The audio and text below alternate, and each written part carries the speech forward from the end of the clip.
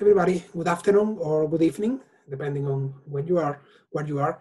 My name is Carlos Garrido. I work as a lecturer at the Department of Spanish, Portuguese, and Latin American Studies Department at University College Cork in Ireland. It is a pleasure to welcome you all to this event, to this collaboration with the Latin American Solidarity Center in Dublin. This is an ongoing collaboration that has been taking place for several years, and it's a pity you cannot visit us in person. Last year we had many colleagues from Colombia, from Bolivia, from Brazil, from Guatemala as well, joining and dealing with pressing topics, with pressing issues.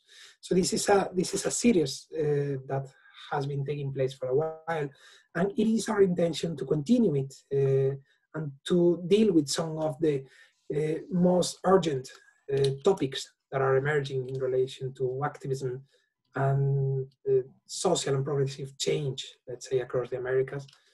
I have the pleasure of collaborating with my colleague Alba Martos from LASK.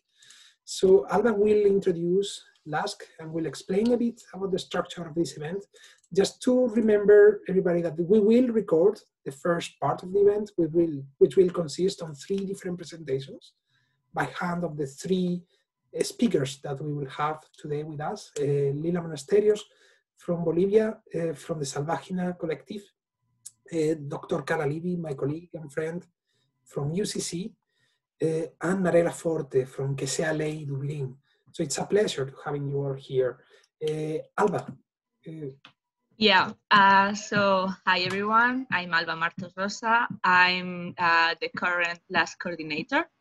And for those of you that don't know LASK, we are a membership-based organization since 1996. We are based in Dublin, and we share this passion for social change in Latin America and Ireland. LASK, it's founded on the beliefs of equality, social justice, and equal cultural, social, and political rights for everyone. So with these events, we try to expose and challenge the current situations in Latin America and also in Ireland through this public awareness raising, development education, information exchange, and solidarity campaigns. As Carlos said, we have been working for a while with the UCC. And well, in this case, not even a worldwide pandemic can avoid us to do it again. So thank you very much, Carlos, and the Spanish, Portuguese, and Latin American Studies Department for the UCC for inviting us. I'm personally really excited about running this topic because I think it's a good start for this series of talks that we have planned between LASK and the UCC. And yeah, I couldn't think about a better start, actually. So just a few reminders. You are all mute right now, and you have a chat here, so we can talk over there. It's perfectly fine. You can leave the questions for our speakers here too. Sometimes when Zoom has many people, it could be a little bit slow. So if you want, you can disconnect also your camera. And yeah, we can talk here in the chat. You can leave the questions or every thought that you have.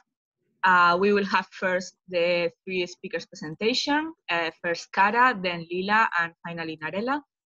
And in any case, we have also this reaction button. So yes, give us a thumbs up, applause, I don't know, yes, no, we have here a lot of buttons to play. So when you want to ask a question at the end of this talk, just tell us, and yeah, we will have this round of questions and dialogue mostly, which is, I think, the best part of this kind of events. So that would be all on my side, and I can see now that we are quite a lot. So after these presentations, I think we can start. Carlos, if it's okay for you. Yeah, that's fine. Cara, if you want to start.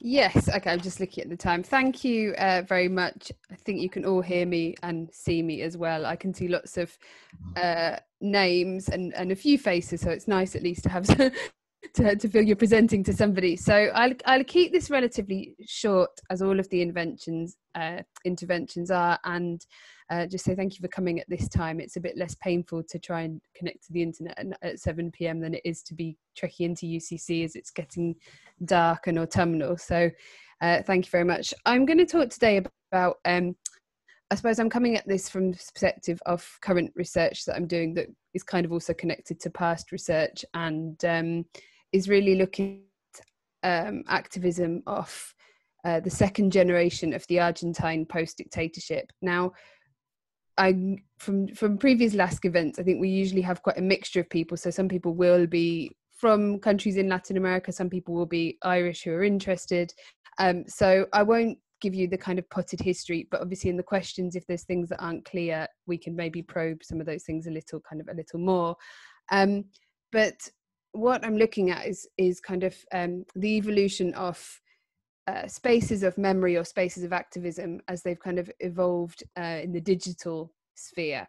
Okay, so I'm really using as my starting point the Escrache, which some of you might have heard of, and I will say something about that in a moment, but looking at second generation activists in Argentina and how there's been a kind of blurring of boundaries between the kind of more traditional spaces of memory in the city and how they have moved online.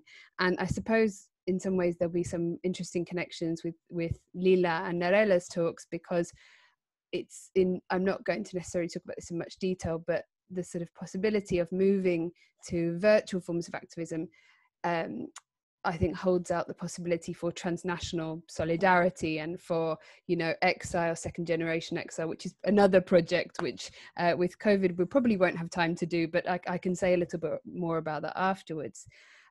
So I want to just say something very short about the Escrache, what that is, and also Hijos as an organization, and then I'll talk a little bit about how these kind of changing environments of memory from the kind of neighborhood or the kind of local to the possibilities with the kind of global digital, or in the global digital kind of age.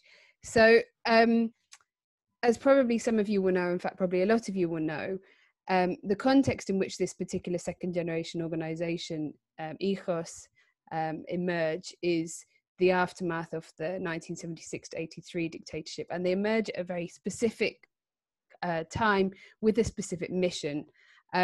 So they appear in Argentina in the mid 1990s, around about 1995, and this is a very specific time because we've had the 1980s where there's an attempt to punish the military, particularly the military perpetrators of human rights violations, and that's followed by, in a nutshell, I suppose, doing gross injustice to the detailed history, but impunity laws and presidential pardons. And what we get by the 1990s isn't just legal impunity, but we have a kind of what Susanna Kaiser has said is really a culture of impunity. So that isn't just about the kind of the legal impossibilities of challenging kind of impunity and things like that, but it's also the fact that society adapts to having torturers, genocidas in the kind of living alongside with victims, with survivors, with the children of victims and survivors.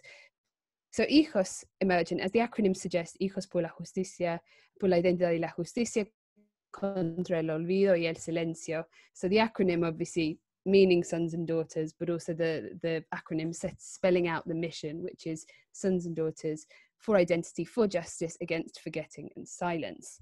Okay, and it's these children who become a kind of next generation of activists. And in Argentina, in terms of dictatorship activism, as many of you will know, there's a kind of, often that groups are they form along what we'd call kinship ties or bloodlines. So you have the mothers, you have the grandmothers, you have the children, sons and daughters, you have also the organization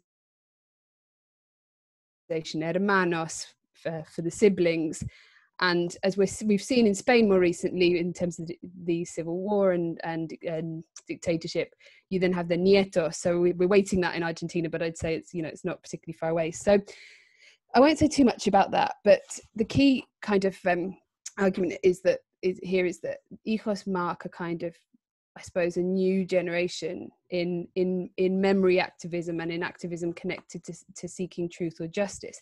And they appear at this time to challenge the ongoing impunity, to challenge the impunity laws, but also to challenge societal forgetting, to kind of challenge the complacency in many ways, which Argentine society has adapted to the fact that crimes of the past have gone unpunished, that there's lots of kind of quite interesting anecdotal kind of accounts of members of hijos, one who's very well known, Charlie Pisoni, who bumped into the guy who tortured his father in a bar in Buenos Aires. And this sense of like very uncomfortable living alongside each other, this very uneasy convivencia, had given rise to kind of, we need to make the faces of these individuals unknown. And it's something that has been controversial as well, I have to say. So I'm that's something that we can possibly think about. So they authorize this kind of new generational voice, and really turn kind of existing activism in some ways on its head. Okay, so central to this is the Escrache, and I'll say a little bit about the Escrache, but I want to talk more about the kind of move online, because that's obviously more relevant to this event, but also there's been a lot of research on the Escrache. There's been lots of publications to date, lots of media interest. So the Escrache, for those of you who don't know, they are noisy, loud, possibly almost festive in some ways, protests where starting in the mid-1990s, and hijos started them really as a way of kind of ripping off the cloak of anonymity from perpetrators of the dictatorship who were benefiting from impunity laws. So it really has varied in terms of who they've targeted, but it's fair to say that these are not especially spontaneous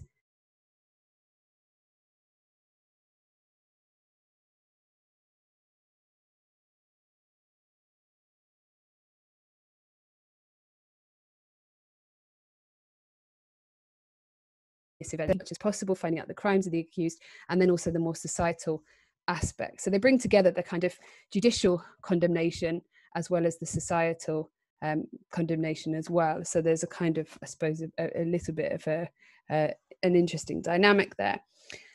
So the Escrache would involve going to the house or workplace of somebody who was accused of crimes against humanity, who was benefiting from the impunity laws which were in place until 2005, 2006. Now, there's a whole kind of interesting aspect of these Escraches in that they have their original kind of mission statement, or their original slogan at the Escraches would be "Si no hay justicia, hay Escrache." So if there's no justice, Escraches continue. If there's no justice, there'll be an Escrache. Now, the argument there was kind of, well, when the impunity laws are overturned, which they were under the Kirchner administration, now 15 years ago, what that didn't mean was trials and everybody's on trial and it's fine and everybody who did anything in the dictatorship has gone to prison. It's a much more complex process. So even though the impunity laws were overturned and justice was possible more than before, many human rights activists and legal scholars and legal activists will say justice is very, very slow, and there's always somebody that can say, oh well, I was on sick leave during that time, there's no way it was me. And obviously most of the evidence was also destroyed by the outgoing regime itself. So it is more complicated than that.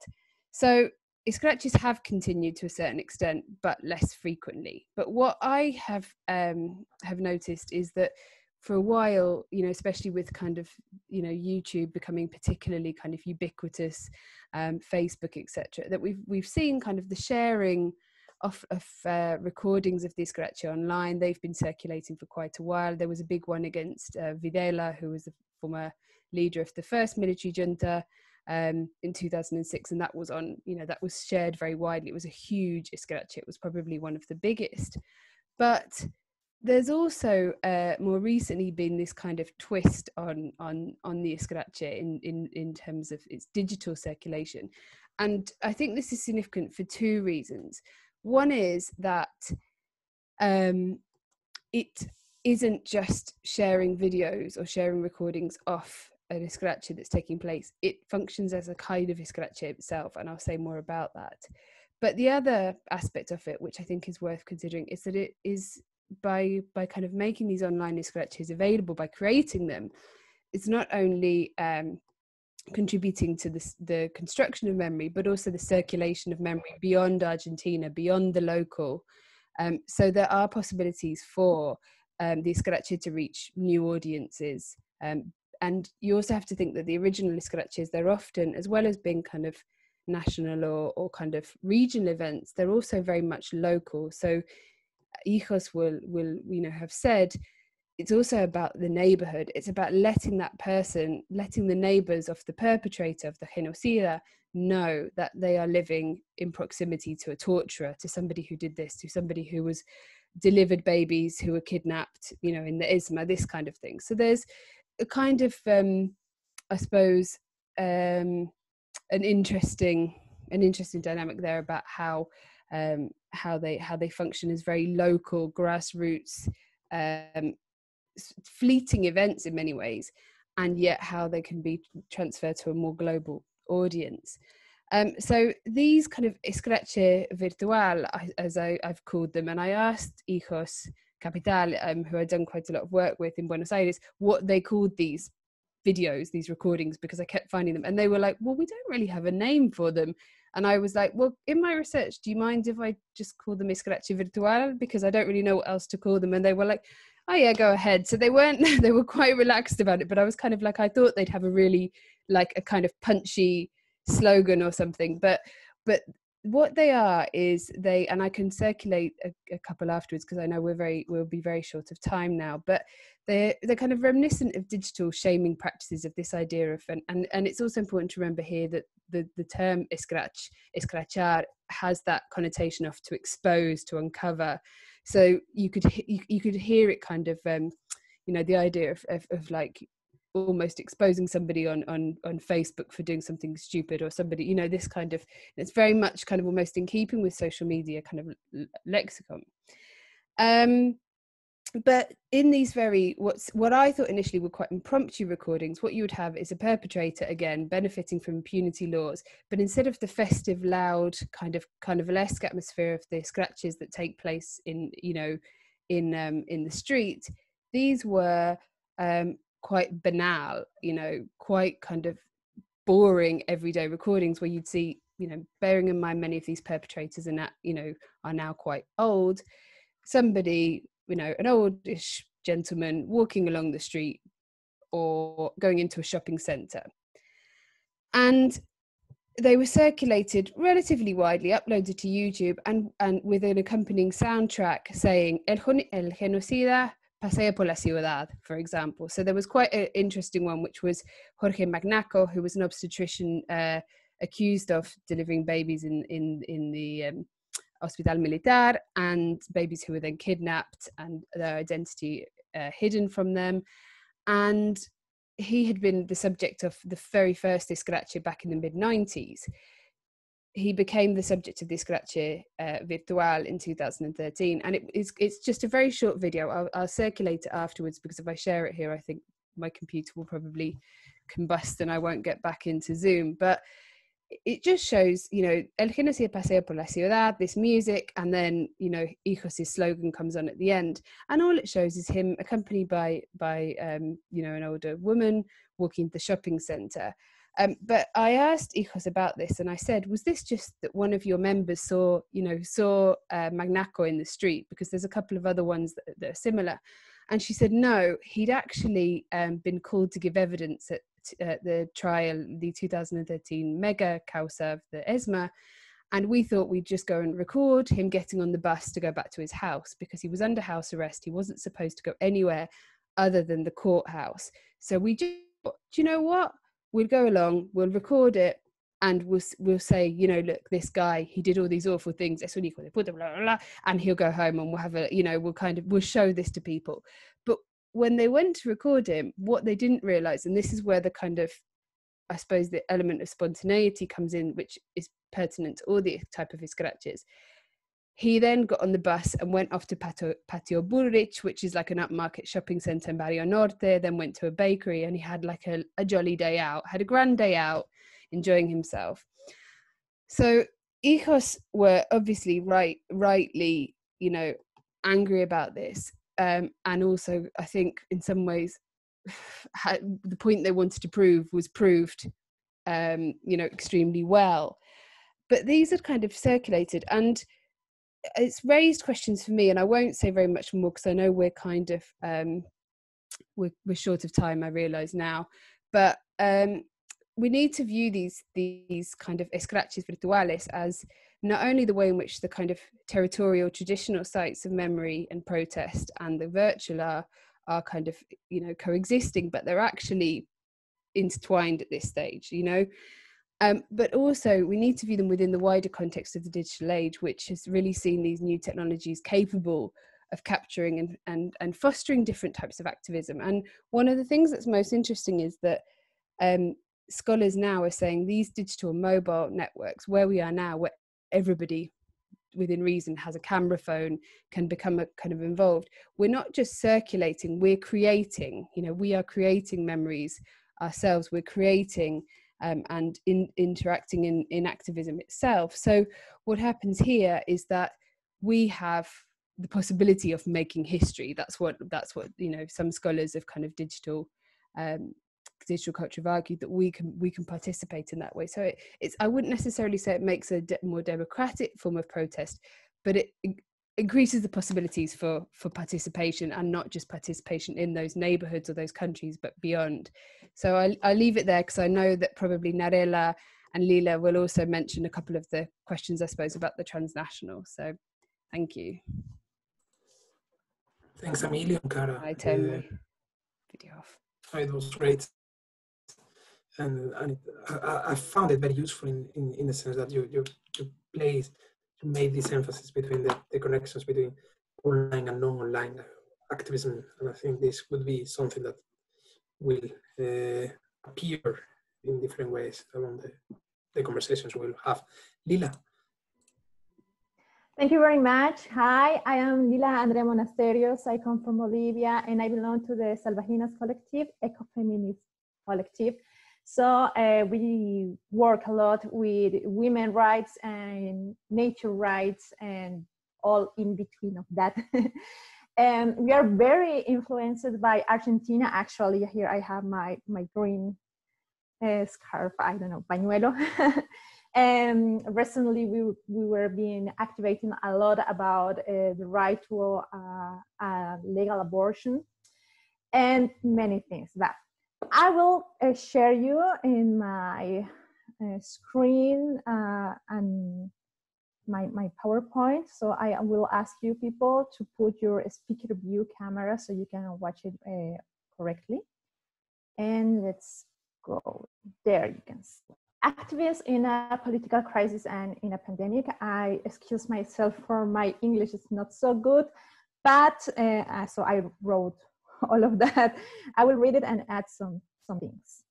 So Bolivia is in the heart of South America. Yes, we are part of America, and we are surrounded by more relevant countries such as Brazil, Argentina, or Chile. So when you hear something from this continent, you may hear something about them.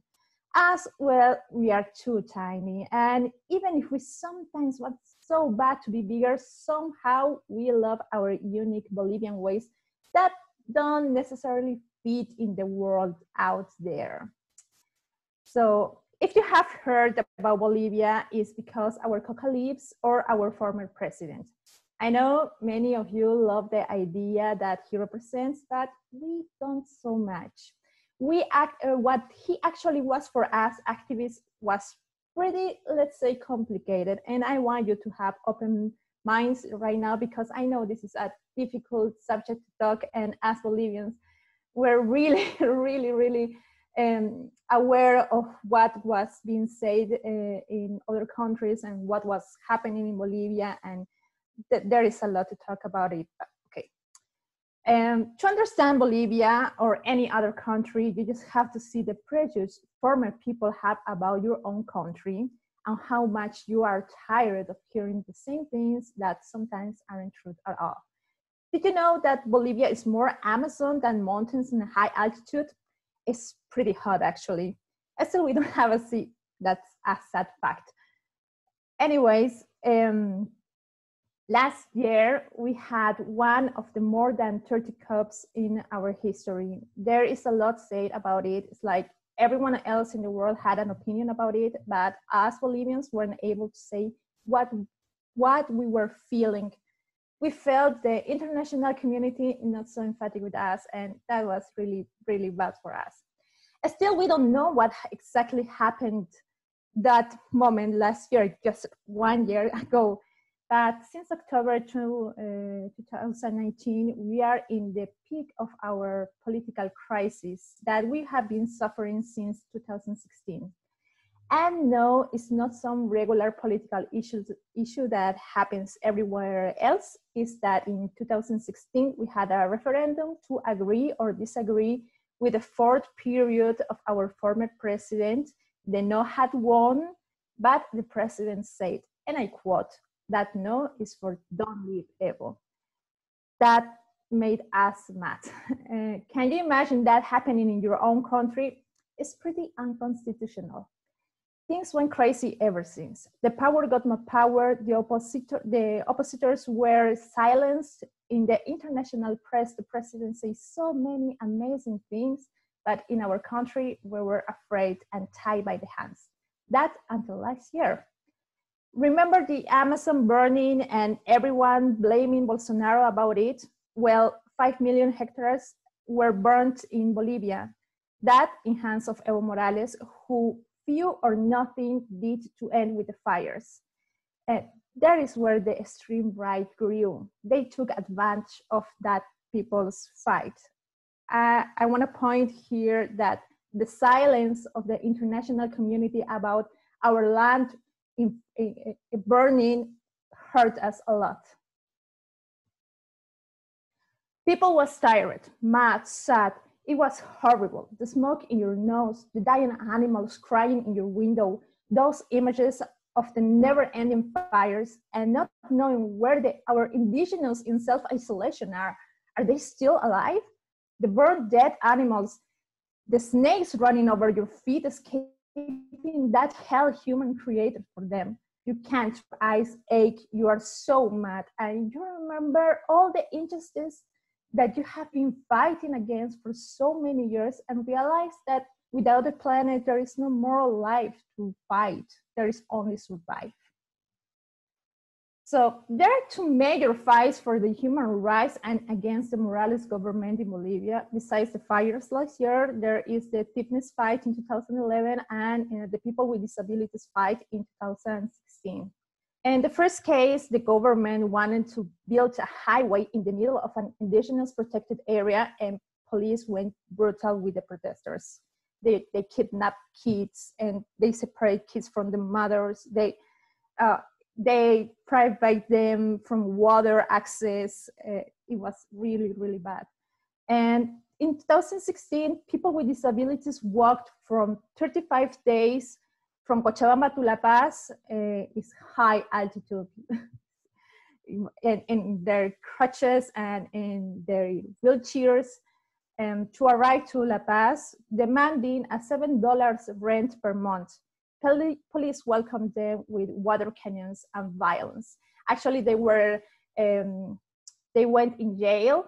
The deaf people went in jail without translators, and it was really bad. I mean, there is a documentary called The Fight that was realized by The Guardian in 2017. You can look for it and you will see how bad it was.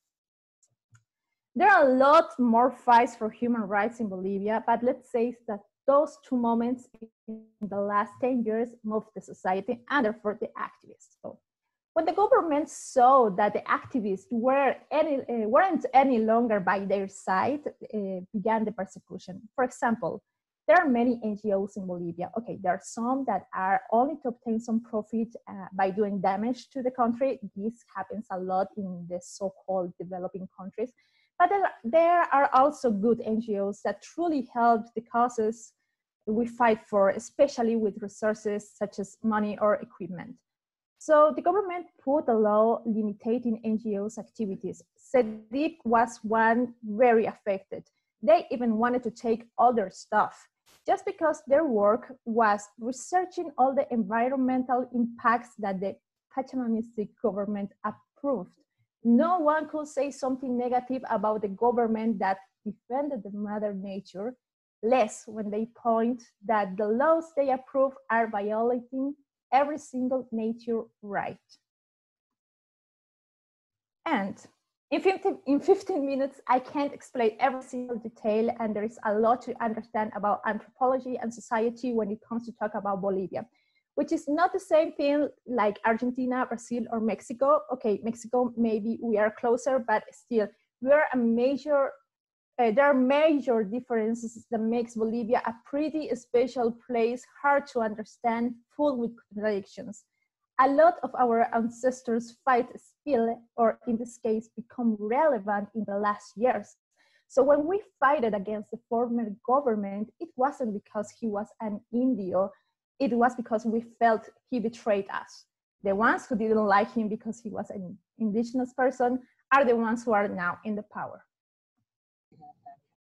So, Salvaginas, our collective, ecofeminist collective. We are an ecofeminist collective founded in 2016. We came from different causes. We are artists, journalists, researchers, lawyers, teachers, leaders in our communities. We are based in La Paz City, so we come from the urban movement. La Paz is a very complicated place. There are protests and march every single day, and also there are street folk parties every day.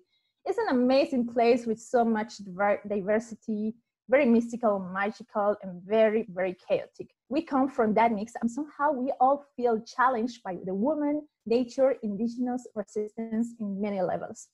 La Paz City is under El Alto, where some of the members belong to. This other city, El Alto, is called Tomb of Tyrants. So you can get the idea. It's the place where the main countryside migrations arrives. So when we talk about La Paz, we're talking also about that city, El Alto, that can be problematic for the people who doesn't like the middle, lower class. Racism is a thing here. Well, we work with many resistance, but the ones we support the most are the resistance against the extractivists. In particular, the one in the Maribi Park, which is close to La Paz City.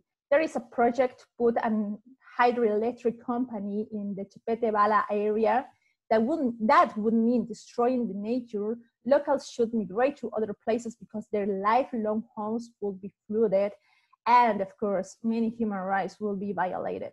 We put a special focus on how women would be affected when extractivism arises. It comes with prostitution, girls kidnapping, youth pregnancy, maidens, and all what patriarchy has to offer. We also belong to the feminist articulation in La Paz and in El Alto, where we activate when there is injustice against women, such as violations of femicides. We do get loud, not only in the city areas, but we expand the voices of what happens in the small towns where no one cares about. We also coordinate activities with other organizations in the whole country. It's not easy because we come from different feminist point of views, but as long as the intersectionality is on, we are in. In this pandemic, it has been challenging how to keep activating several causes. Just remember, we are in a political crisis, and this self-proclaimed government tried to shut up every voice who says something against them. There was even a try to put a law against speech freedom. That will also affect artists. I mean, if you were an artist and made some draws against the government, they could put you in jail. luckily, the international pressure was big and they had to go back on that. But we have ministers that say, you know that in 10 minutes I can make you disappear. So the fear is real.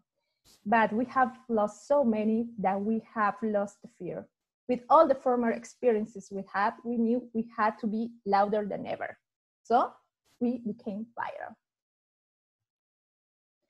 And we started making all kinds of webinars. We had one webinar that lasted 3 months, focused on COVID-19 and women. We learned how to use several softwares. We put our time and our money to make this happen. We contacted as many women we could to amplify the voices that were being silenced, talking about subjects the power didn't want us to talk about. And also we made online concerts. We even made online rituals. Like we couldn't get together in the streets. We needed to make our ritual, so we found a way to make it online that was challenging. Internet is very slow in Bolivia. I know every country says that, but from the worst internet, the worst is in Bolivia and in Paraguay, I think. But with all the failures, we did it. It was hard not being able to travel and to be in the territories as usual, but we managed how to connect them to be present in the discussions. So with Salvaginas, we really try to become relevant in the discussions, because there are some things that says here in Bolivia, especially that no, I don't like politics, I don't like the government, I don't like this and that, but we have our own vision of how things should be done and how our feminists work, because ecofeminism is really wide. I mean, there are so many kinds of feminists. Also, there are so many kinds of ecofeminists. We make something with our own reality and our own let's say indigenous ancestors force. So we take that to put it in our fights, and we do want to become relevant to the government, and we do talk with the government. It's like, no, not in this thing that, oh, I don't like the government, I don't like politics. That is really huge in Bolivia. We are more like, we have to be in politics. We have to be talking to the government, because they are the ones who are making the laws. So if we are just gonna avoid them and say, oh, they suck, and we are gonna do by ourselves, then it won't get to anywhere. We need to be heard, and we need to be part of the law makings. So that's why we try to, every time, to go to the territories, to the places where they are fighting. We went to the fires last year. This year is kind of complicated because it's also burning, and but we are managing things. We created a WhatsApp group to open to other people who wanted to help with justice, with climate justice. And we also talk a lot and want to be in every space possible, to be talking about what is going on in Bolivia, that the ideas people have our country sometimes are very paternalistic. You know, it's like everybody has a voice or an opinion about Bolivia, but when a Bolivian goes and talk about it, it's like, I don't think it's like that. So for us activists, it's like, man, I've been living my whole life in Bolivia and I work in this. Why do you say it's not like that when you don't know? I mean, maybe you went to Salar de Uyuni and that's it. So, and I put emphasis on that because this year, this pandemic year, and from the last year with all this crisis and all, we fight for the human rights and the nature rights. We feel so isolated from the international community that gets the wrong idea about what is Bolivia actually. I mean, Bolivia is living through a hell right now. This weekend there are elections, and people, everybody, my friends, my family, everybody is like, I'm dying I'm so scared. I'm so scared of what may happen if some candidate wins, it will be a hell. If the other candidate wins, it will be a hell. Anyways, it will be a hell. We are so afraid. So that's why I say it's pretty complicated talking about Bolivia because of the ideas people may have. And it's pretty complicated about human rights and nature rights when Bolivia is the ideal place to be in papers, at least, you know, in the papers it says, yeah, Bolivia has these amazing laws and they care about all of this. You may not know that activists are very, very persecuted by the government, any government now.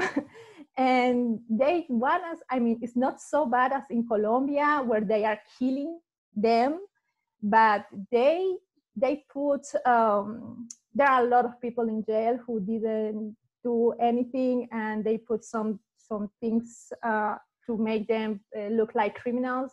So, and they, how do you say, I mean, when there are union, they go and divide everything. So it's really, really bad, and it's really worrying for us activists. But I won't extend any longer, and I want you to visit our webpage, which is salvaginas.org. Salvagina is the name of the poison plants that the colonizers found in America when they arrived, when they first arrived, and they didn't like the salvaginas because they were sticky and they could kill them. So we like our name salvaginas for that, because it's like we are those not colonized plants that survived, and we will be here to fight the colonization, to fight the capitalists, to fight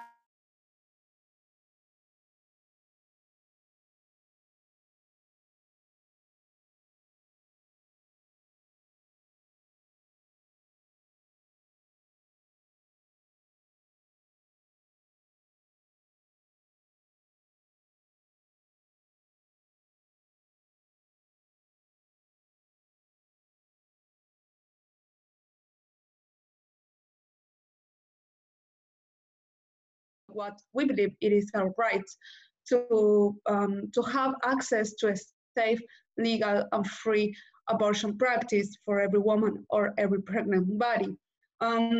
So that's what brought us all together. We are a group of migrant women living here in Ireland, mainly here in Dublin, of course.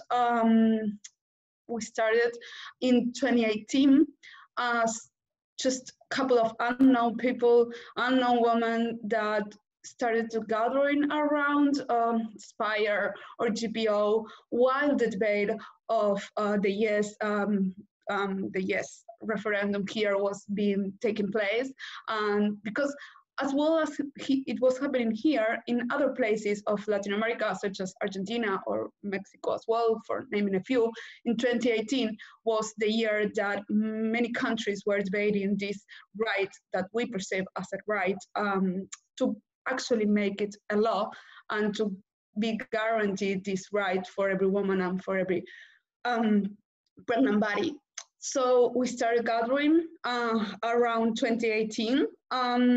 And I'm going to share with you some of the things. So here it was, like at the very beginning, we were really few, as you can see. We didn't have much organization. We were just doing these kind of things, like showing us scarves, like Lila beautifully showed her scarves as well. And that was about it.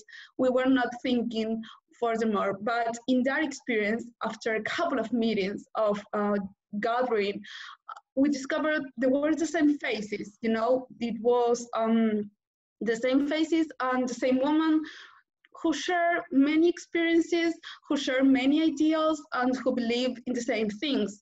So they decided to start a Facebook group to chat, to organize themselves better for every time the gathering was happening, maybe in South America, so they tried to represent that in Ireland as well, or maybe when some social mobilization was happening in Dublin as well because of the campaign for the legalization of abortion. Well, we were talking in the Facebook group as well to try to join them and try to take the streets, something South American people love to do. Therefore, well, that's how it all started. In 2019, which was the very next year, we can see that we were a little bit more.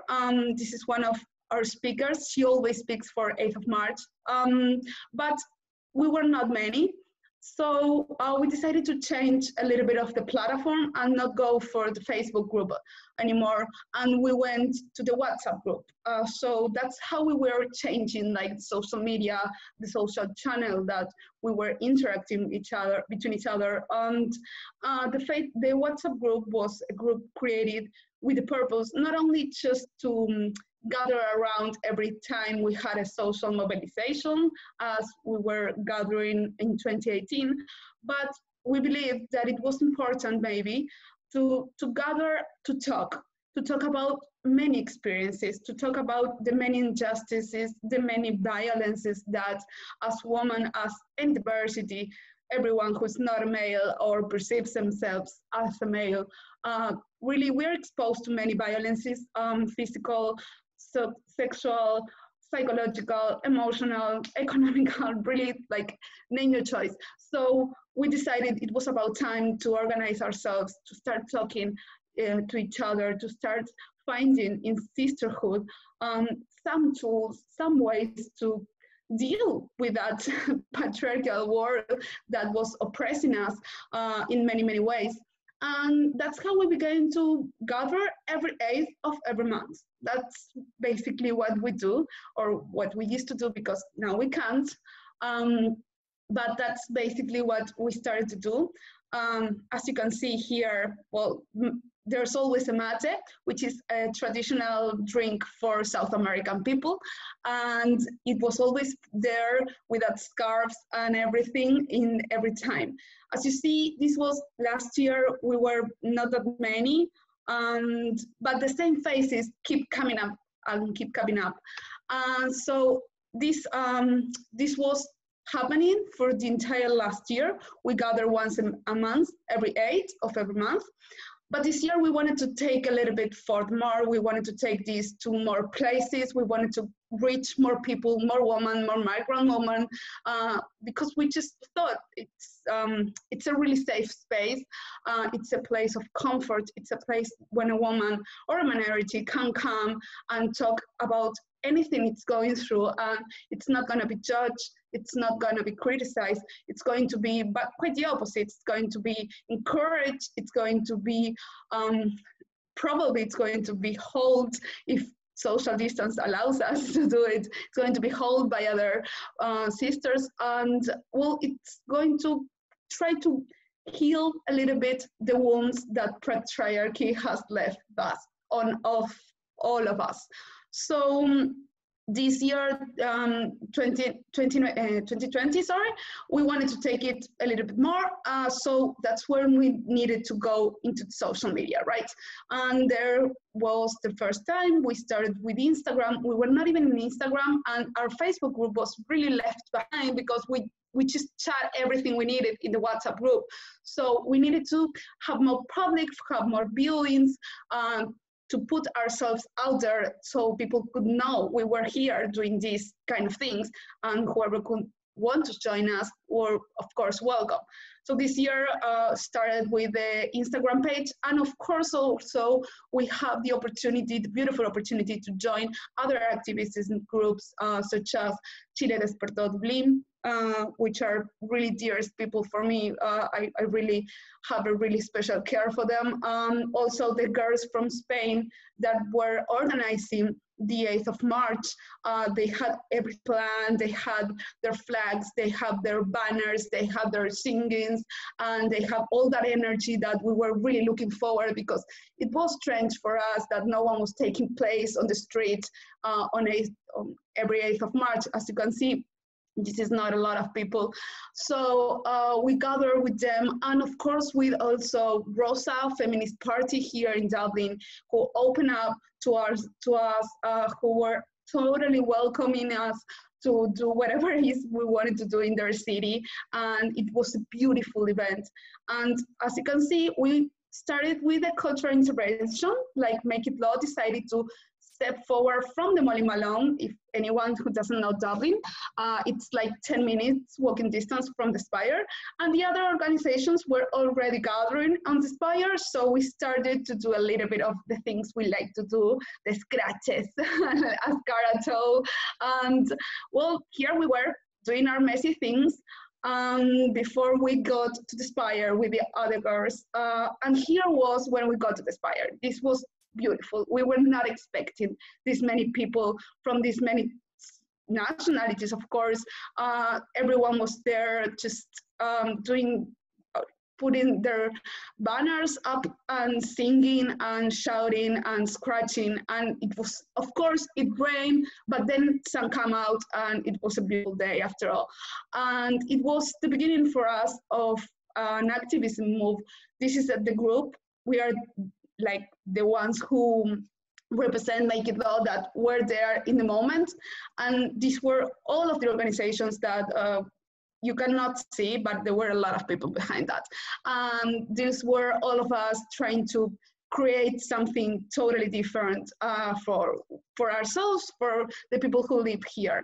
So in that moment, we were thinking, okay, this has to do it. This has to be the point that people join us. And we did it. Like literally, it was insane for us. Our WhatsApp group, it scaled in a new different level. A lot of people from different nationalities, which was amazing for us because until that moment, we were mainly women from Argentina or Uruguay, but in this moment, after 8th of March, a lot of mates from Mexico, Colombia, Venezuela, Chile, some from Bolivia, Paraguay as well, joined us into our movement. So now I think, of course, we would like to embrace more nationalities, but I think I can be very proud to say we are a Latin American activist group. We believe that we are all part of the same region. We have many history that really cross us all the same way, and especially we're migrant women, so we are a minority. We're exposed to a lot of violences here or wherever it is that we find each other, and well, we try to be there for each other for those moments. So definitely was great to have all these people joining us, but literally a week after that, COVID came. And we could not do absolutely anything of what we were doing until the moment. Like, people join us to do whatever it is we explained we were doing during 8th of March, which was gathering every month and talking and rethinking and re-educating each other. And that was not possible anymore. So there was the real challenge. I think we needed to remake ourselves. We needed to rebrand ourselves. And I believe so we did. So we started by having the meetings by Zoom, like we are doing this today. It's weird. I know it's odd. It felt odd at the beginning. Now I think everyone's a little bit more used to it, but at the beginning it felt like, okay, I don't know these people. We are talking super personal things, and I'm doing through a computer. It's at least weird, not to mention, of course, internet connection and everything. So, but it was what we have, right? It's the only thing we have. And well, actually we were able to manage that. Luckily for us, then after a few months, summer gave us a little bit of break. So we could be able to do some gatherings, like with social distancing, you know, like no one sharing the mat with no one else, and on the beach or on the parks. For example, in August, we were able to do this beautiful gathering on Black Rock. And on September, well, things got a little bit more complicated. So no, not all of us were feeling comfortable to join into an air place and into a park. So some of them, as you guys can see on the pictures on the right, some of them decided to do it face-to-face, and some of us decided to do it on Zoom. One of the most beautiful experiences for me was to realize that it wasn't so bad, the thing of being in Zoom. For example, if you see one of the girls in the left side says Belu, she was not even living here in Ireland. So we were able to connect again with a lot of the girls who were part of a group last year, but they have not been in Dublin for this year. They were back home, or they were in other countries of Europe, and the possibility to do it by Zoom gave them and gave us the opportunity to meet again, to be with each other again. And for me, at least, it really was a beautiful moment. I think it was really important that we were able to do that. And also, I think it was really important as well to have these spaces during the pandemic, because it was a really complicated time, especially, I think personally, I think in a world that teaches us since we are little, when you're a girl, of course, because when you are a guy, you're probably told that man are the best and brotherhood and always stay with bros. But when you're a girl, at least in South America, I think it's something that happens. Like you grow thinking other girls are competition. Other girls are always going to stab you by the back. Other girls are always going to be criticizing you. So you have to criticize them before they criticize you. And other girls are not there for you. You only have to find a good guy, and that's all for your life. But that's all you need. And it is not true, of course.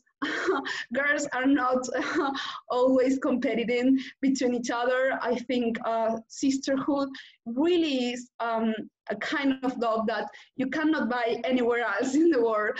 Feminism only has that kind of, that kind of relationship. So in that sense, I think that when we were stuck, we were in lockdown, so many of us felt like it was really hard, because not only we were isolated, like from each other, that was something that we didn't have before. Also, we were isolated from the world, and we were isolated in our houses, in our homes. The home for a woman, because of humankind history, it's been the place that you have to be. And if you want to be somewhere else, you have to fight for that. But the home is the place for a woman, like historically it has been like that. And we were able to challenge that, to change that. Many of us were out there, at jobs, at school, or whatever. And now we were, again, locked in our houses, in our roles as domestic carekeepers, a lot of that, and as domestic cleaners of our own roommates, whether they were family or they were housemates, whatever. And it was really hard to be isolated and to feel all that and not being able to talk in a space with you feel safe, or you feel like the comfort to express yourself for what you're going through and your feelings. No one's gonna make you feel guilty or shame of your feelings. So I think really that in a world like that teaches us to be isolated, in the middle of a pandemic that was actually isolating us from each other, finding each other through internet and continue to our spaces and continue to talk and continue to share and to welcome new girls who were joining us from other nationalities, and realizing new experiences and analyzing new experiences. I think it really is the most revolutionary act that you may do. So that's a little bit of what we've been doing, and I will hear all your questions if you have anyone. Also, well, this is our last, these are our websites, not websites, sorry, our social media. So if anyone, no matter where you are, if you speak Spanish and you would like to be part of something like this, please contact us, because we will give you our link, WhatsApp link, and we'll then you can be part of it, and you can come to a meeting, Zoom meeting, of course, because pandemic won't let us to gather in person. So you can definitely be part of this and feel, if you like, the experience of, for me, it's been a really lifetime changing experience, because it's not just an individual process of deconstruction. It's been a collective process of deconstruction. And I think that's beautiful. I recommend that to everyone. So if you want to join, if you think you might find this place useful for you for any reason, so please give us a message, and of course we will be welcoming you. Thank you. Thanks a million, Narella, for the presentation. Let me just start by asking you all to briefly touch on a common topic, which could be, to what extent do you think this current situation will create new ways of redefining how do we do activism, how do we engage with others? What could we keep, let's say, in which ways do you see online activism being redefined in relation to physical activism? It's a very broad question, but take it from there. And please, everybody in the audience, feel free to join us and feel free to send your questions.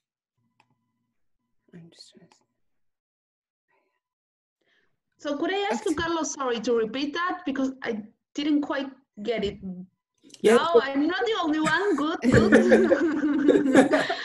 No, I was just thinking, in which ways do you think that we can connect? So, in fact, there were two questions. In which ways do you think we can connect online and offline activism in new ways after everything that's happening nowadays? And second thing, which elements would you keep, let's say, from this current experience that is changing the ways in which we do activism in the present? Okay, I would like to answer that. First, I want to share a virtual mate. And well, I think that the possibilities that has been opened with this virtuality is as Narella said, we can join now with people who aren't here by our sites or in our cities, you know? And that's really good, because we were able to have more opinions and more point of views on several people who were far away from us. So that's one thing we should keep after this pandemic. And I think that the correlation between what is offline and what is online depends on the activities. I mean, there are activities such as our rituals, for example, that we burn some things. It's really special. And virtually, it was more like a contention place. Like we can talk with each other, and it was okay. But definitely, I will do it offline because it's not the same, right? But that made us think, okay, what things what are the things that the other people who are not here can't do with us because they are away? So I would think that depending on the activities we want to make, to be able to think this offline, this online, or this with the two ways. Cool. Thanks, Amelia. Thanks so much, Lila. I mean, I say something very quickly, which is, I think that, you see, I think that this change was already underway before COVID. I've definitely seen in the research I've been doing, this kind of collapsing of the online and offline. But I think what the current kind of the pandemic situation has done is it's kind of leveled it for more people. And I don't mean it's been a leveler, that kind of speak. I mean that certainly at the beginning, you know, we were talking about kind of, right, we'll do, you know, everybody was doing Zoom quizzes and having family discussions, and it was very much, we're going to have a virtual meetup. And now I notice that kind of virtual bit has been dropped, and when people say to me now, we have a meeting or we have a class, I know it means online, you know, well, especially in Ireland where we've been kind of in and out of lockdown, but generally things have been fairly restricted in that way. So I think it's a change that was happening already, and I think it was it was problematic, at least from an academic perspective, to look at online as one thing and offline as something else, because it's been kind of, social media has really, you know, especially the kind of accessibility of YouTube, Facebook, Instagram, it's really leveled it. And, you know, in human rights terms, you know, you could see, even for almost the last decade with Facebook, every 24th of March in Argentina, there would be some kind of campaign about removing your profile picture and having an empty space to symbolize the disappeared and things like that. And I think I think some of the energy can be harnessed for something positive. I think that there are also obviously negative aspects of the situation we're in, and of all the offline kind of thing. There is something, thinking about the escrache, for me, there's something very powerful about going in physical space and standing outside somebody's house and bodies assembling, you know, bodies saying we are here, especially when you think about the context of disappearance. Or I think very clearly in, you know, well, in both talks, but particularly in Narella's talk, you know, women being the subjects of violence, women being kept to the home, and then women coming out in public space.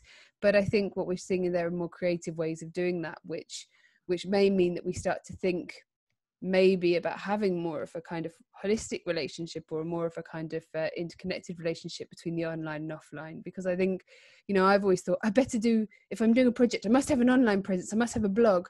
But I think now we're thinking about what that is really for and how we're doing it. So maybe we're being more kind of critical about that. And I don't know, I thought when Narella said that, you know, we need to do the online thing, it's kind of like, there's a feeling that we should be doing that, but actually they've come up with ways, you're coming up with creative ways of doing that and reaching, you know, interesting kind of audience and people that you might not have connected with previously.